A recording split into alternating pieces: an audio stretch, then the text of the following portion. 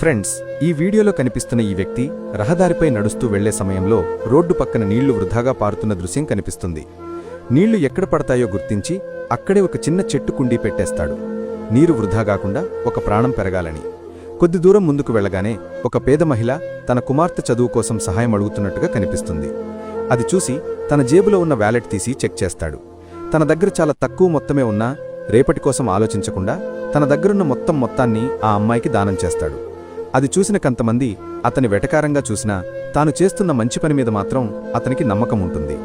మరుసటి రోజు మళ్లీ అక్కడికి వచ్చినప్పుడు అదే అమ్మాయి అక్కడే కనిపిస్తుంది. ఆమెకు మరోసారి సహాయం చేస్తాడు. అమ్మాయి మాత్రం బాధతో ఆ మొత్తాన్ని తీసుకుంటుంది.